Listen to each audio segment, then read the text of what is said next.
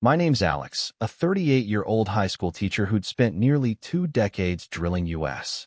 history and civics into restless teens. By the spring of 2022, right as the world was shaking off the pandemic haze, I'd scraped together enough savings to snag my dream Spoda cozy riverfront cottage in a quiet suburb outside Seattle.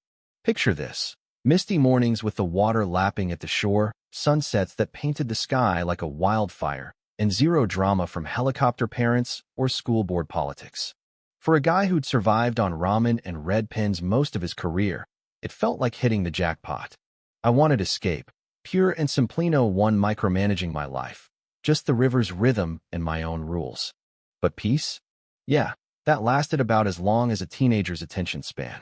I decided to build a small boat rack by the dock, nothing fancy, but I played it safe. Pulled out the HOA handbook, measured every inch height limits, distance from the water, even matched the paint to their approved slate gray. To top it off, I had a tiny sign made, HOA Rules Matter, etched in bold letters on a 6 by 8-inch plaque, nailed neatly to a post. Thought it'd show I was all in on being a team player. Sent a pic to my old college buddy Chris, who chuckled back. Famous last words, man. I brushed it off as paranoia. Next morning, coffee in hand on the porch, I spot this woman charging across the cul-de-sac like a storm cloud with legs. Early 50s, starched blouse, pants creased sharper than a knife, clutching a binder like it was her shield. Her face? Pure thunder. Even the birds hushed up. "You the owner," she snaps before hitting my fence line. Voice dripping with that bossy edge every teacher dreads, the kind that says, "Obey or else." "I'm Alex, yeah? New here. Everything all right?" I keep it cool, but might get twists like before a nasty parent conference. She jabs at my sign. "That eyesore violates our visual harmony standards. Take it down now, or face penalties." No hello, no name, just demands. Confused, I point out, "Ma'am, it literally says I'm following the rules." The rack's compliant top to bottom. Her cheeks flush crimson, binder waving like a flag. The sign's the problem. Unauthorized clutter. Remove it, young man, or regret it. She whirls away, muttering about disrespectful newcomers disrupting our order, loud enough for the block to hear. Neighbors? One peeked from blinds, vanishing when I glanced over. Another waved weakly from her yard, like consoling a condemned man. The air thickened with unspoken warnings. Had I just poked a hornet's nest over a polite reminder? 2 days later, phone rings, county sheriff's office. Heart drops, visions of accidents, or worse, flash by. "Sir, complain about a hazardous blockage on your property." Officers en route. Hazardous. My mind races. What the hell? Pacing for hours, fury builds. Who calls cops on a neighbor dispute? At 2 p.m., cruiser pulls up. 2 deputies, grizzled vet looking world-weary, young guy fighting a smirk. "We don't do HOA spats," the older one sighs, "but calls are calls. Reported danger to emergency access." I lead them out back, heart pounding. They inspect the rack, the dock, then spot the sign. Younger deputy stares. This is the threat?" He bites back a laugh. Senior shakes his head. "No obstruction, no hazard. Complaint's bogus. Sort it with your neighbor." As they leave, curtains twitch across the street. Her house. She'd watched it all, lying to 911 about my tiny plaque endangering lives. While real emergencies waited, she'd wasted badges on pettiness. Teaching government, I'd lectured on power abuse, now I lived it. That night, I pored over HOA docs, noting every skipped step. No written warnings, no appeals outlined. She'd jumped straight to cops. If she craved rules, I'd master them. Laminated the full charter, tacked it under the sign. Let transparency sting. By dawn, it was torn down. Shredded. War declared. Weekend buried in research. 52 pages of bylaws dissected like a lesson plan. Violations needed written cites. 30-day notices, none given. Board removable by vote for procedural fails. Time to rally. Started with George and Margaret, retirees down the block.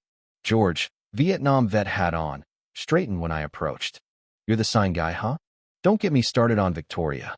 Margaret nudged him, but spilled. For $100 fine for a yard statue untouched for a decade.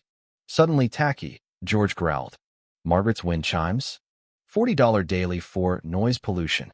Stories poured. Arbitrary hits, $20,000 in fines last 2 years. No one knew board members beyond Victoria's cronies. Last election? Crickets. Meetings? Phantom. Whispers grew. Don't poke Hershey's a dragon. But fear masked rot. Victoria returned, tape measure in tow, circling my yard like a shark. Knocked. More infractions docks an inch over, fence stains off shade. Fix in 48 hours or fines escalate. I countered calm. Show me the bylaws, board votes. Her mask cracked. We don't document routine stuff. But I knew better changes needed notices, approvals. She fled, fuming. Gathered 28 signatures for a special meeting. Word buzzed. Folks approached me, eyes hopeful yet scared. Meeting night, community hall tense. Victoria enters with flunkies, Mike and Lisa, like a queen's guard. Bangs table. Irregular. Questionable petitions. But we push on. I lay out the timeline. Sign for compliance. Her rage. Fake cop call. Neighbors rise George's statue saga. Margaret's chimes. Holiday lights fined $100. Pattern emerges. Bullying to silence questions. I probe. When was the last election? Who sits on the board? Silence. Victoria stammers. Papers shuffling. No proof. Meeting ends unresolved, but sparks fly folks chat. Bonds form. Hope flickers. Dropped anonymous bylaw copies. Know what you're fined for. Eyes followed me home. Envelope slips under door, ledger pages. They hide the missing find it. Audit time. Bylaws allowed it. I petitioned. Next day, cease and desist from her lawyer, $75,000 defamation threat. Fear hits I am no rich guy. Called Chris, real estate lawyer pal. Slaps suit, he laughs. She's scared. You've struck gold. Hired auditor with savings dip. 3 weeks. Sit down, Alex. Irregularities galore. $22,000 to Riverview Maintenance LLC, Victoria's brother's firm. No bids, no votes, no work proofs.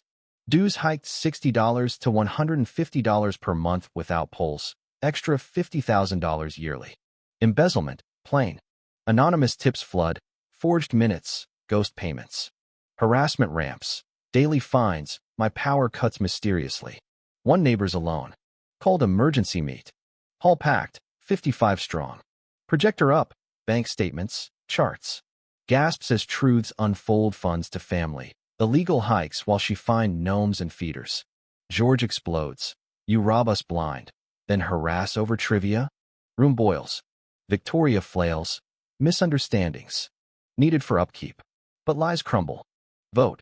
52 to 4 oust her board. She erupts, chair crashes, threats fly. Sue you all.